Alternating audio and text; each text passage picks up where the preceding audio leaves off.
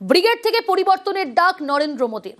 তৃণমূলকে নিশানা করে মোদী বললেন, মহা জঙ্গলরাজ শেষ হওয়ার কাউন্টডাউন শুরু। अब बंगाल से महाजंगल राज का खात्मा होगा। बंगाल में महाजंगल राज लाने वालों का काउंटडाउन शुरू हो चुका है। মিশন 26 ভোট ঘোষণা হওয়ার সময়ের অপেক্ষা আর কয়েকদিন পরেই রায় দেবে বাংলা। তার আগে শনিবার বাংলায় নরেন্দ্র মোদী সভা করলেন ব্রিগেডে। বাংলায় পরিবর্তনের ডাক দিলেন মোদী। ब्रिगेड ग्राउंड से नए बंगाल की क्रांति का बिगुल बज गया है। अब बंगाल से निर्मम सरकार का अंत होकर रहेगा। अब बंगाल से महाजंगल राज का खात्मा होगा। बंगाल में महाजंगल राज लाने वालों का काउंटडाउन शुरू हो चुका है।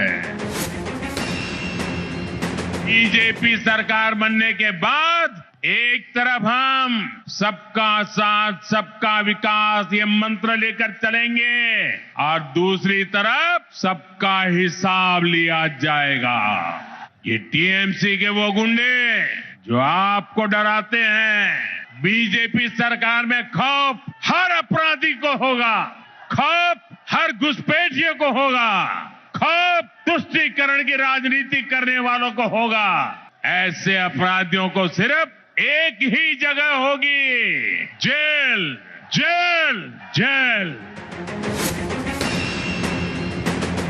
लेप को हटाकर बड़ी आशा के साथ टीएमसी को लेकर आए दिन बहन बेटियों के खिलाफ दिल दहलाने वाले अपराध होते हैं। कहीं आदिवासी बेटी के साथ दुष्कर्म, अपराधी कोई न कोई टीएमसी का नेता होता है या टीएमसी से जुड़ा होता है। बलात्कारियों को संरक्षण देती है। संदेश खाली की वो तस्वीरें, आरजी कर अस्पताल की उस बेटी के साथ हुई दरिंदगी बंगाल के लोग भूले नहीं है। शाम होते ही माए बेटियों को फोन करके कहती है, बाड़ी फिरे ऐशो सौंदे न माराइए। बीजेपी सरकार में महिलाएं सुरक्षित होगी और अपराधी जेल में होंगे। यहाँ की निर्मम सरकार ने बंगाल के युवाओं को पलायन का अभिशाप दिया है। यहाँ का युवा ना डिग्री ले पा रहा है और ना ही उसे रोजगार मिल रहा है। आपके बेटे बेटियों को काम की तलाश में दूसरे राज्यों में पलायन करना पड़ता है। पहले कांग्रेस, फिर कम्युनिस्ट और अब टीएमसी एक के बाद एक आते रहे, अपनी जेबें भरते रहे। अब समय आ गया है ये हालात बदले, बंगाल के युवाओं को बंगाल में काम मिले। এই স্বপ্ন আপনার আর এই স্বপ্ন পূরণ করা मोदीर गारंटी। गंदी राजनीति के लिए किसानों की जिंदगी से, गरीबों और मध्यम वर्ग की जिंदगी से, माताओं बहनों की सुरक्षा से खिलवाड़ किया जा रहा है। टीएमसी जाएगी तो हर गरीब को पक्का घर मिलेगा, ये मोदी की गारंटी है। टीएमसी जाएगी तभी बंगाल में सुशासन आएगा। শনিবার বাংলায় পরিবর্তনের ডাক দিয়েছেন নরেন্দ্র মোদী। বাংলা জিততে বাঙালির মন জিততে হবে, তাই দক্ষিণেশ্বর মন্দিরের আদলে ব্রিগেডে মোদীর মঞ্চ, যাতে বাঙালি আবেগ ছোঁয়া যায়। আমার প্রিয় পশ্চিম বঙ্গবাসী ভাইও বোনেরা, আমার অন্তরের অন্তঃস্থল থেকে सुश्रद्ध प्रणाम। भाजपा के साथ, एनडीए के साथ महिषासुर मर्दिनी का आशीर्वाद है। श्री रामकृष्ण परमहंस, स्वामी विवेकानंद, नेताजी सुभाष चंद्र बोस, ऋषि बंकिम चंद्र, गुरुदेव रविंद्रनाथ टैगोर, ईश्वर चंद विद्यासागर, बागा जतीन और खुदीराम बोस, डॉक्टर श्यामा प्रसाद मुखर्जी, लोक माता रानी रोशमनी, ऐसी सभी महान विभूतियों ने जिस बंगाल की परिकल्पना की थी, भारतीय जनता पार्टी की सरकार उस बंगाल का निर्माण करेगी। এভাবেই বারবার বাঙালি অস্মিতায় শান নরেন্দ্র মোদীর, যাদের নিয়ে যেসব কিছু নিয়ে বাঙালির অহংকার, পাহাড় প্রমাণ আবেগ, সেই সব ছোঁয়ার চেষ্টা করলেন ব্রিগেডের মঞ্চ থেকে। এদিন তাকে বঙ্কিমচন্দ্র চট্টোপাধ্যায়ের ছবি এবং মা দুর্গার মূর্তি উপহার দেন বঙ্গ বিজেপির নেতারা। गुरुदेव रविंद्रनाथ ठाकुर ने भी हमें संदेश दिया है, विपदे मोरे रक्षा करो, ये नोहे मोर प्रार्थना विपदे आमी ना जाए जेनो कोरी भय। পশ্চিমবঙ্গের জনগণের জয় হোক। নিউজ 18 বাংলা। হিসেব নেওয়া আদতে গুন্ডামিতে উস্কানি, মোদীকে নিশানা রাজ্যের মন্ত্রী শশী পাজার। প্রধানমন্ত্রী ভাষণে বলছে সব হিসাব লে লেগা।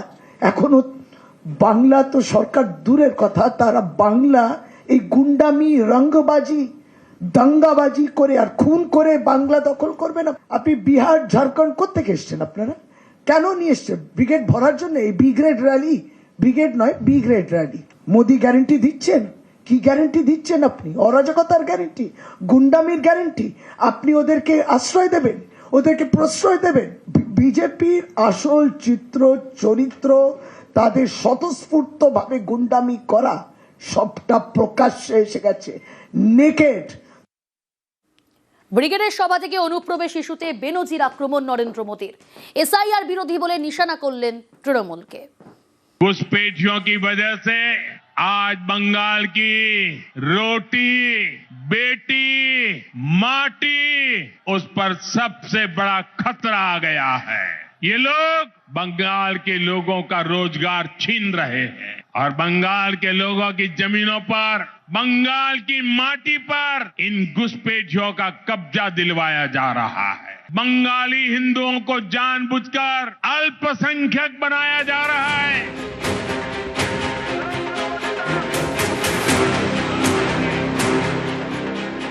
ভোটমুখী বাংলায় নরেন্দ্র মোদীর সভা। শনিবার সভা করলেন ব্রিগেডে। সেখান থেকে অনুপ্রবেশ ইস্যুতে শান নরেন্দ্র মোদী।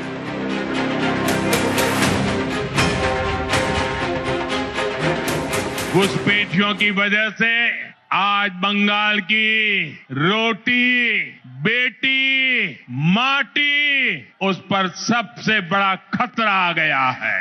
ये लोग बंगाल के लोगों का रोजगार छीन रहे हैं और बंगाल के लोगों की जमीनों पर, बंगाल की माटी पर इन घुसपैठियों का कब्जा दिलवाया जा रहा है।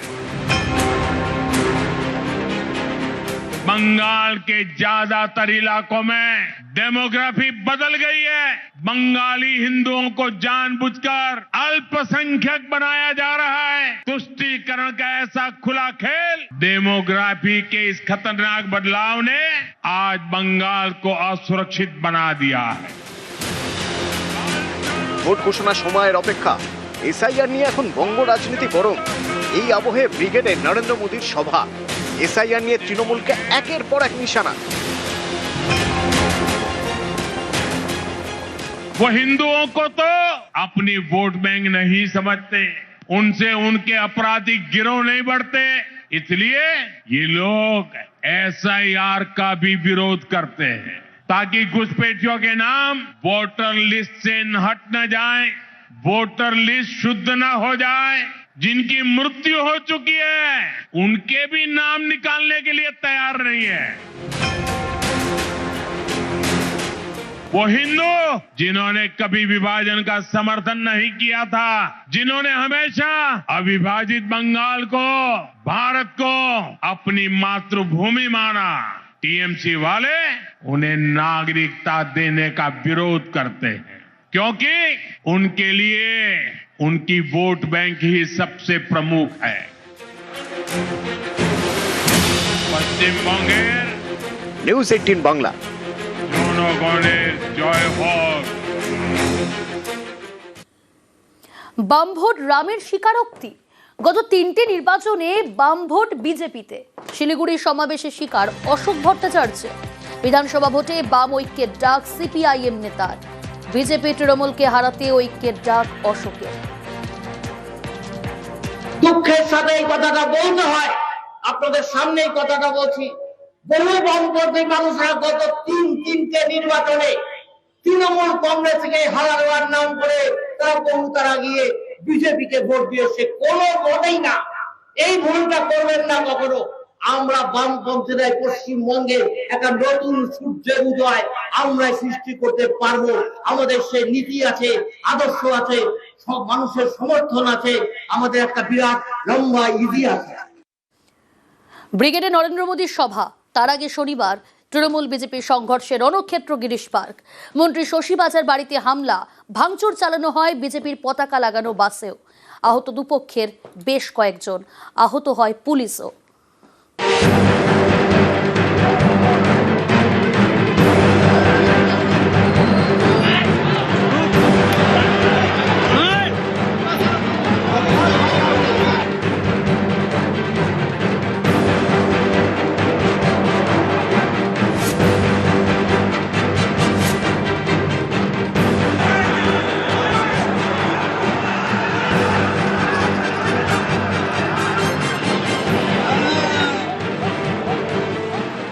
শনিবার দুপুর গিরিশ পার্কে ধুন্ধুমার। বিজেপি এবং তৃণমূলের মধ্যে সংঘর্ষ। রাজ্যের নারী ও শিশু কল্যাণ মন্ত্রী শশী পাজার বাড়িতে হামলা। বয়কট বিজেপি ফ্লেক্স দেখে এই যে র্যালির জন্য যে যাচ্ছে ব্রিগেডে, বাস থেকে নেমে ফ্লেক্সগুলো ছিঁড়ল, চলে গেল, কিছু বললাম না। ফ্লেক্সটা আবার নতুন করে যখন আমাদের ছেলেরা লাগাচ্ছে, তখন তারা ফ্লেক্স বাস, পরের বাসগুলো এসে নামলো, চিনি না ওদেরকে, নামলো, ফ্লেক্স ছেঁড়া তো দূরের কথা, আমাদের তৃণমূল কংগ্রেসের সমর্থকরা যারা ছিল তাদেরকে মারলো।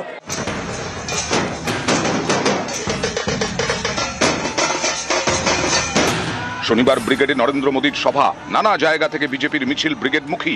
তেমনি শ্যামবাজারের দিক থেকে বিজেপি সমর্থকদের নিয়ে যাচ্ছিল বাস। গিরিশ পার্কে পৌঁছতেই হাওয়া গরম। তৃণমূলের অভিযোগ, বাস থেকে নেমে ফ্লেক্স ছিঁড়ে দেন বিজেপি কর্মী সমর্থকরা। সেখান থেকে গন্ডগোলের সূত্রপাত, শুরু হয় তুমুল ইট বৃষ্টি। গিরিশ পার্কে মন্ত্রী শশী পাজার বাড়ি। তার বাড়িতে হামলা চালানোর অভিযোগ বিজেপির বিরুদ্ধে। মন্ত্রীর বাড়ির দরজায় লাঠি।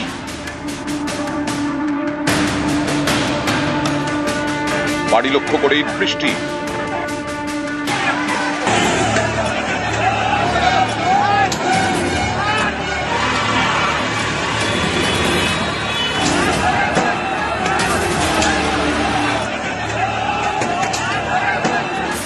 ভেঙে দেওয়া হয় জানলার কাঁচ। যে বাড়িতে ইট ছোড়া হয়েছে বলে বাড়ির যে বাইরে যে কাঁচ জানলা সম্পূর্ণভাবে ভেঙে গেছে।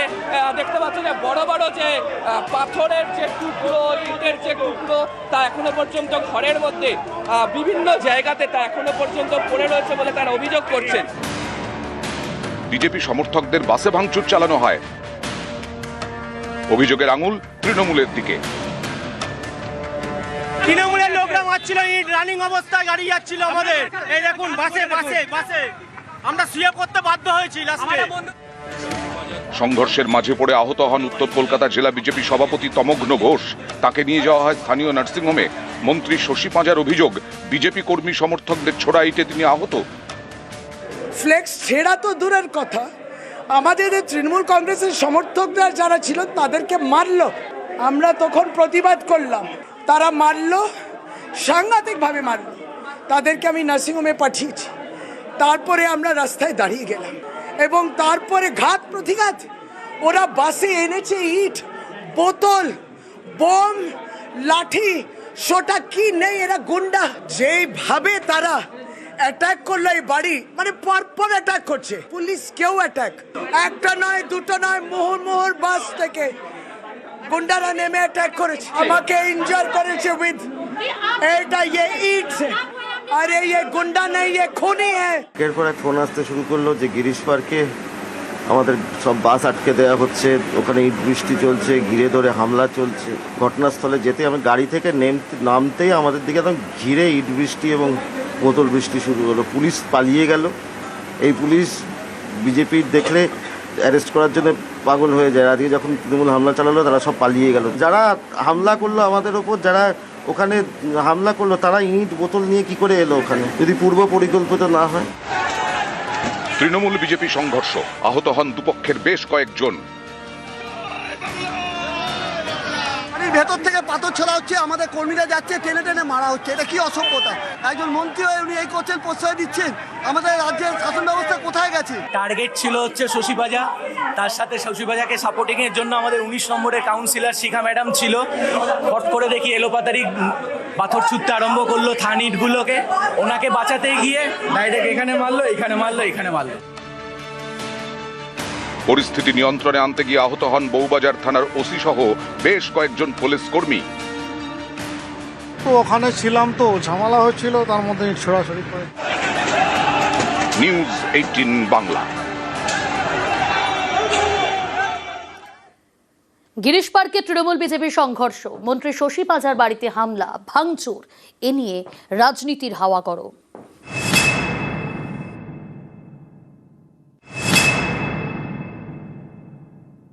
পরিকল্পনা করেই অরাজকতা করছিলেন এবং খুন করার পরিকল্পনা ছিল। This is my allegation, serious, এবং এটা নিয়ে আমি এফআইআর করছি।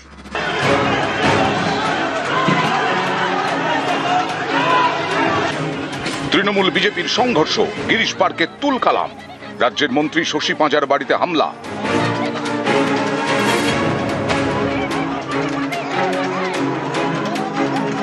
চালানো হয় ভাঙচুর। অভিযোগ, ব্রিগেডের সভায় যাওয়ার পথে হামলা চালান বিজেপি কর্মী সমর্থকরা। এই ঘটনায় শশী পাজার সুর সপ্তমে।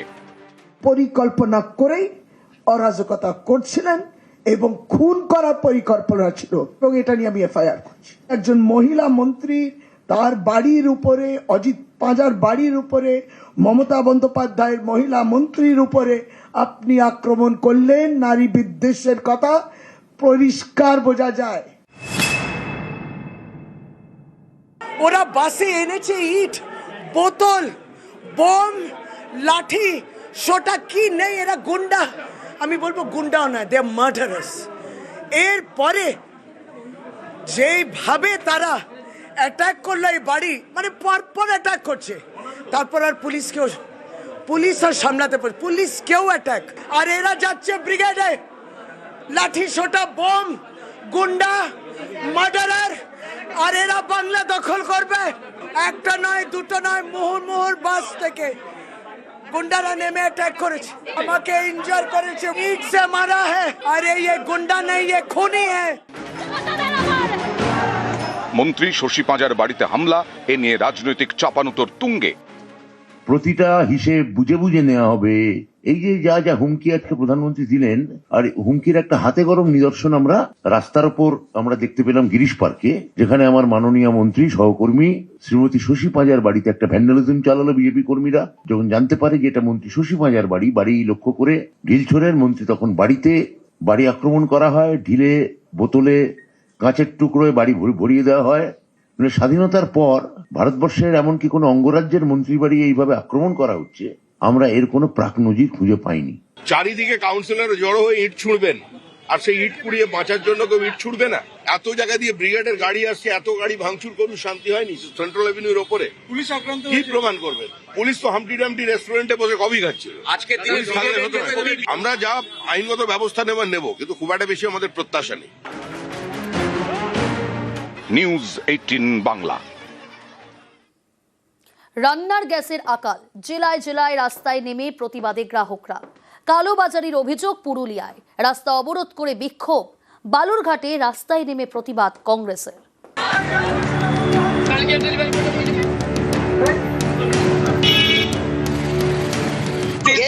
চুরি করছে, এরা বড় বড় হোটেলে গ্যাস ত্রিপাল ঢাকানো দিয়ে বিক্রি করছে, এরা বড় বড় কালোবাজারি চলছে এখানে।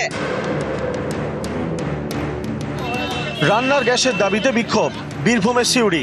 এখানকার রবীন্দ্রপল্লী এলাকায় গ্যাস অফিসের সামনে বিক্ষোভ স্থানীয় বাসিন্দাদের। দীর্ঘক্ষণ ধরে লম্বা লাইনে দাঁড়িয়ে খালি হাতে ফিরে যেতে হচ্ছে গ্রাহকদের। গ্যাস বুকিং এর সমস্যা, শনিবার গ্যাস না পাওয়ায় বিক্ষোভ দেখান গ্রাহকরা। রাস্তা অবরোধ করে চলে বিক্ষোভ। 7 দিন ধরে গ্যাস পাচ্ছি না।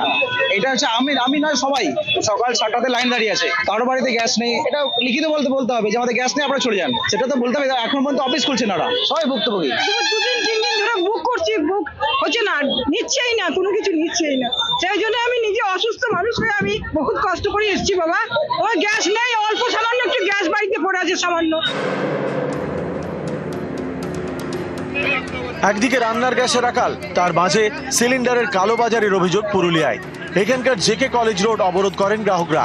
স্থানীয়দের অভিযোগ, বুকিং করা গ্যাস সিলিন্ডার হোটেলের বিয়ে বাড়িতে বিক্রি করা হচ্ছে। অভিযোগ অস্বীকার গ্যাস এজেন্সির কর্মচারীর। আমি 7 দিন বুকিং করছি, বুক হচ্ছে না, গ্যাস আইলে গ্যাস পাচ্ছি না। ত্রিপাল ঢাকা দিয়ে গাড়ি আইলো, ওরা ব্ল্যাক করছে বড় বড় হোটেলে গ্যাস, এরা চুরি করছে, এরা বড় বড় হোটেলে গ্যাস ত্রিপাল ঢাকানো দিয়ে বিক্রি করছে, এরা বড় বড় কালোবাজারি চলছে এখানে। আমাদের কোথাও কোনো কালোবাজারি নেই, ওটিপি আর বুকিং ছাড়া কোনো কিছু নেই। আজকে গাড়ি ঢুকেনি, তারা পাবে গ্যাস আজকে পাবে না, না গাড়ি নেই।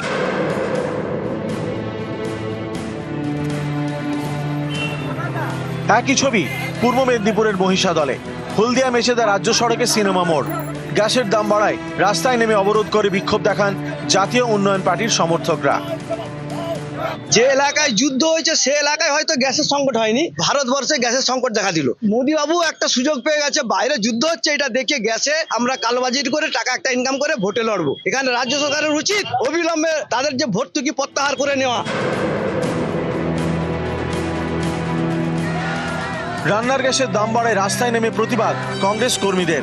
বালুরঘাটের নারায়ণপুরে মহাত্মা গান্ধী মূর্তির সামনে বিক্ষোভ দেখান কংগ্রেস সমর্থকরা। গ্যাসের দাম বাড়ছে অথচ কেন্দ্রীয় সরকার নিশ্চুপ। আজকে সারা ভারতবর্ষের মানুষকে ভোগান্তির মধ্যে আসতে হয়েছে, তার জন্য আমরা তার প্রতিবাদ করছি। নিউজ 18 বাংলা। নজর রাখবো পরের খবরে। বাংলাদেশের ছাত্রনেতা ওসমান হাদিকে খুনের ঘটনায় ধৃত আরও এক। অভিযুক্তদের মেঘালয় সীমান্ত দিয়ে অবৈধভাবে প্রবেশের অভিযোগ। পুলিশের জালে মূল দালাল। ঢাকায় হাদির উপর হামলা চালানোর পর মেঘালয় দিয়ে ভারতে অনুপ্রবেশ ফয়জল করিম মাসুদ ও আলমগীর হোসেনের। পরে বেঙ্গল এসটিএফ এর জালে 2 অভিযুক্ত, তাদের জেরা করেই দালালের হদিশ। বাংলাদেশের হালুয়াঘাটের বাসিন্দা ফিলিপ সাংমার বিরুদ্ধেও অনুপ্রবেশের অভিযোগ। ভারতের একাধিক জায়গায় গা ঢাকা। শনিবার শান্তিপুর বাইপাস সংলগ্ন এলাকা থেকেই গ্রেফতার করে বেঙ্গল পুলিশের স্পেশাল টাস্ক ফোর্স।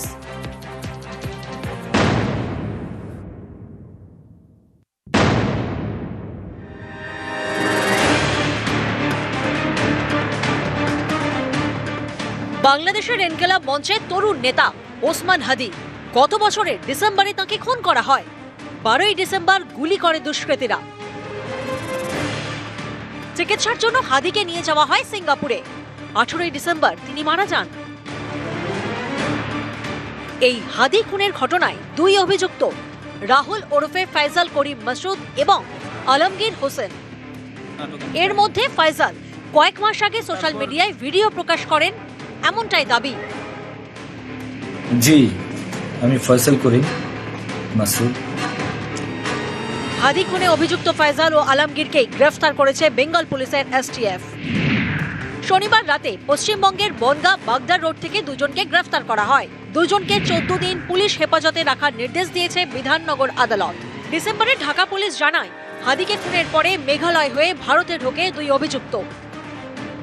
ঘটনার দিনই শুটার ফয়সাল করিম মাসুদ ওরফে দাউদ ওরফে রাহুল এবং তার সহায়তাকারী মোটরসাইকেল চালক মোহাম্মদ আলমগীর শেখকে শনাক্ত করা হয়। আসামিদেরকে চিহ্নিত করার পূর্বেই তারা সীমান্ত পাড়ি দিতে সক্ষম হয়। সীমান্ত পার করে ভারতের মেঘালয় রাজ্যে জনৈক পুত্তির নিকট হস্তান্তর করে। মেঘালয় পুলিশের সাথে যোগাযোগ করে যেটি জানতে পেরেছি, তারা ইতোমধ্যে পুত্তি ও স্বামীকে গ্রেফতার করেছে। ধৃতদের জেরা করে বেঙ্গল পুলিশের এসটিএফ জানতে পেরেছে ফয়সাল এবং আলমগীর বাংলাদেশ থেকে মেঘালয় ঢোকে, সেখান থেকে শিলিগুড়ি এবং জলপাইগুড়িতে গা ঢাকা দিয়ে থাকে। বাংলাদেশের রাজনৈতিক পরিস্থিতি বুঝে বাংলাদেশে ফেরার ছক কষেছিল বনগাঁ সীমান্ত হয়ে। তার আগেই বেঙ্গল পুলিশের এসটিএফ এর জালে শনিবার হাদি খুনে 2 অভিযুক্তকে বনগাঁ বাগদা রোড থেকে গ্রেফতার করা হয়। বাংলাদেশের প্রাক্তন প্রধানমন্ত্রী শেখ হাসিনা ভারতে, এ নিয়ে বাংলাদেশের অনেকের মধ্যে ক্ষোভ। এরই মাঝে হাদি খুনে 2 অভিযুক্তকে বেঙ্গল পুলিশের এসটিএফ যেভাবে গ্রেফতার করলো তা কি ক্ষতি প্রলেপ? বাংলাদেশ বারবার অভিযোগ করেছিল যে ওসমান হাদির যা খুনি তারা ভারতে পালিয়ে গিয়েছিল, তারা উত্তর পূর্ব ভারতে বেঙ্গলে ঢুকে আবার বেঙ্গল বর্ডার দিয়ে বাংলাদেশে প্রবেশ করার চেষ্টা করার মুহূর্তে পশ্চিমবঙ্গ যে ইন্টেলিজেন্স পুলিশে তারা গ্রেপ্তার করে 2 জন খুনিকে। এটা একটা বড় সাফল্য। বাংলাদেশ অন্তত ভাববে ভারতের সদিচ্ছা রয়েছে, বাংলাদেশের যে অপরাধী তাদেরকে ধরা, গ্রেপ্তার করে তাদেরকে বন্দি প্রত্যর্পণ চুক্তির মাধ্যমে মানে খুব শীঘ্রই বাংলার সাথে তুলে দেবে। অর্থাৎ ভারতের যে সদিচ্ছাটা রয়েছে এটা একটা প্রমাণ। দ্বিতীয়ত হচ্ছে ওয়েস্ট বেঙ্গল পুলিশের যে অ্যাক্টিভিজম সেটা যে আছে এবং তারা যে সক্রিয় হলে মানে অপরাধীদের গ্রেপ্তার করতে পারে সেটাও প্রমাণ। অনেকেরই প্রশ্ন, বাংলাদেশে হাদি খুনে 2 অভিযুক্ত কিভাবে মেঘালয় সীমান্ত পেরিয়ে ভারতে ঢুকে পড়ল? তাহলে কি মেঘালয় সীমান্তে যথেষ্ট নজরদারির অভাব? আপনি যদি বর্ডার এলাকাতে যান তাহলে আমি বর্ডার স্টাডি করে দেখেছি যে একজন বিএসএফ যেখানে থাকেন, পরবর্তী বিএসএফ যে মেম্বার তার দূরত্ব 1 থেকে 1.5 কিলোমিটার। মাঝখানে যে কখনো খাল, কখনো জমি, কখনো কচুরিপানার আবর্জনা, সেখান থেকে তারা পালিয়ে আসে এবং সেখানে কিন্তু বিএসএফ কেও ম্যানেজ করা যায়। এটা শুধুমাত্র স্টেট পুলিশের দায় নয়, এটা মেন দায়িত্ব কেন্দ্রীয় মানে বাহিনী এবং যারা বর্ডার সিকিউরিটি ফোর্স তাদের। নিউজ 18 বাংলা।